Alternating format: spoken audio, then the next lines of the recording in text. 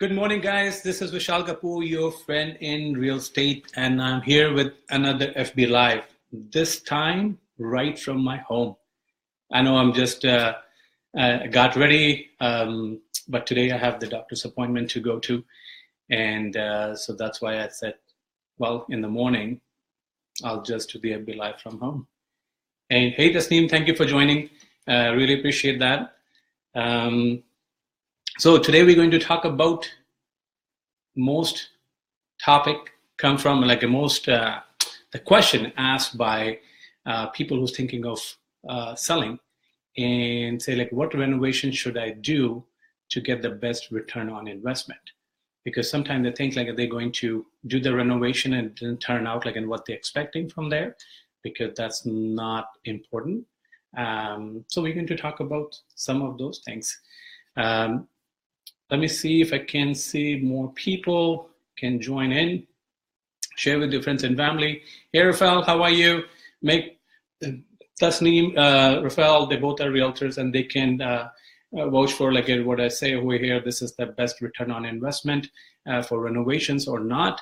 We might have a different opinion or maybe not. Like most of the time we are on the same opinion. And so let's start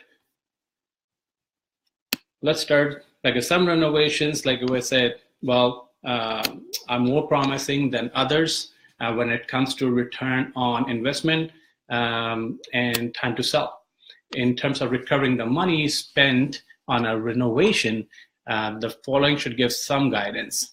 So here's my some top list over here. Cheapest, the most cheapest one. Hey, Rafael, good morning. The most cheapest one is paint. Believe me or not, you spend like around $700 on paint. And if you're doing it yourself, it can be like even cheaper. Definitely when you're hiring the contractor. Most of the time is give you 200+% of resale recovery, return on investment. That's the best way to do it, refreshing your house, and that will give you a good return. The second one in the list, which I pointed out, it's a wish list, is add a bathroom. And you're spending around, I'll say, depending upon what size, you can spend as much you want, but anything between from $2,000 to $3,000 to $10,000 you can spend on washroom, and 96% return rate on that. 96%. Kitchen renovation comes third. That is give you approximately 80% of your return. If you're doing the minor one, the major one give you 70% of return. If you're doing the minor, for example, you changing your appliances, painting it, backsplash, making a little bit more modern, depending upon what area it is, that will be that can give you the 79% of return. 70% if you're doing a major one. Bathroom renovation, we talk about the adding a bathroom, but also we talk about bathroom renovation, the old bathroom, that can give you 69% or 70% as well. People like bright light. People like a lot of light coming to your house. It feels fresh. This gives you the more appealing to buyers. And that can be done, like if you was a house which have not much light coming out, adding a skylight can give you a good return. Up to 68% return you can get on that. New siding, other on the list. Adding insulation, believe me or not, like, and that's give you the 65% of return, and the cost is probably around $1,800.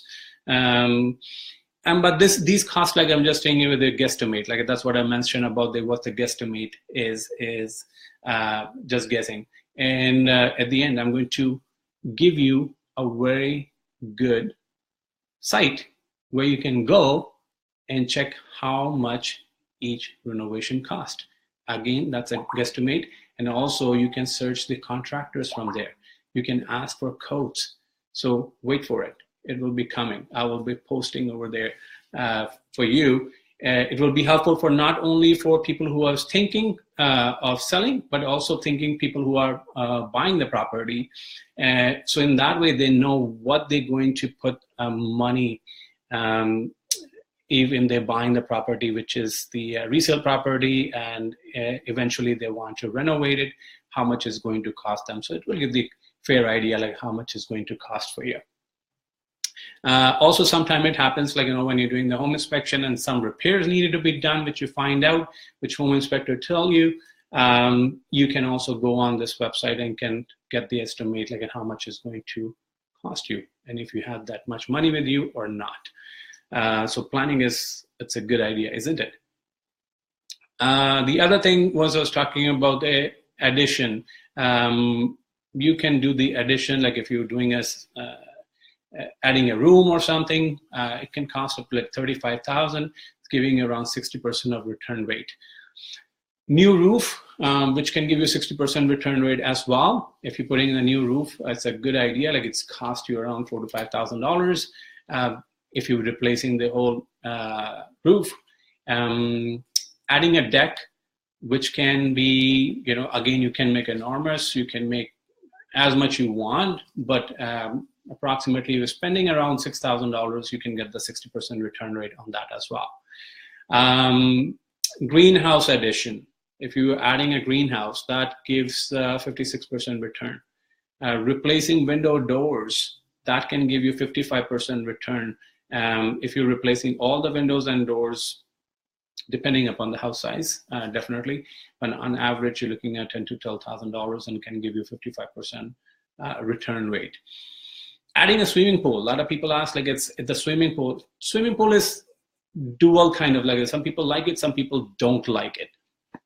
So adding a swimming pool, you can add a swimming pool around like $24,000 to $40,000, and return rate is 40%, but depends, like, what kind of swimming pool you're putting in, have enough space there or not. And again, you're narrowing down the market for people who are attracted to pools. Not everybody is, because in Canada, like, we have only 3 months of like warm weather when you can enjoy the pool. The rest of the time, the pool will be closed, so you're not utilizing that space. So be considerate about that. Now coming to the point of getting and reviewing your price quotes.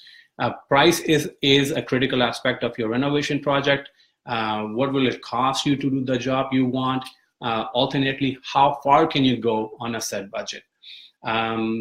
Determine the cost of a small project is usually fairly simple. Just make sure all the contractors bidding the job are providing the same services and materials. That's what need to be sure, because that's where the price difference come into factor. For more complex projects, it often takes a few conversations with contractors to define the project to the point where they can begin determining cost. So here are some tips like which I talk about today, and now it's time to give you the link of the site which I use, and this is my secret I'm going to share with you, and now you start sharing with the other peoples as well. Renovation and building cost. Are you ready? Okay. So I'm going to put it in my comment section. It calls ontariocontractors.com. There you go. So I just posted it for you. Great website. Find out what a certain renovation may cost. They have like around 10 pages of precise renovation costs, like building a deck, underpinning a foundation, to siding, flooring, and more. And this was for researching your construction and building. There are more tips to share with you, which I'm going to keep on doing in the next couple of days as well. Hope you enjoy these tips, liking these FB Live. Really appreciate that, your support. Getting phone calls and comments from you guys. Really appreciate that you're liking and you're finding it very useful. not only to sellers or buyers, but also for the other realtors as well. So thank you for joining today. Keep on supporting and love you all. Have a great Monday. Bye for now.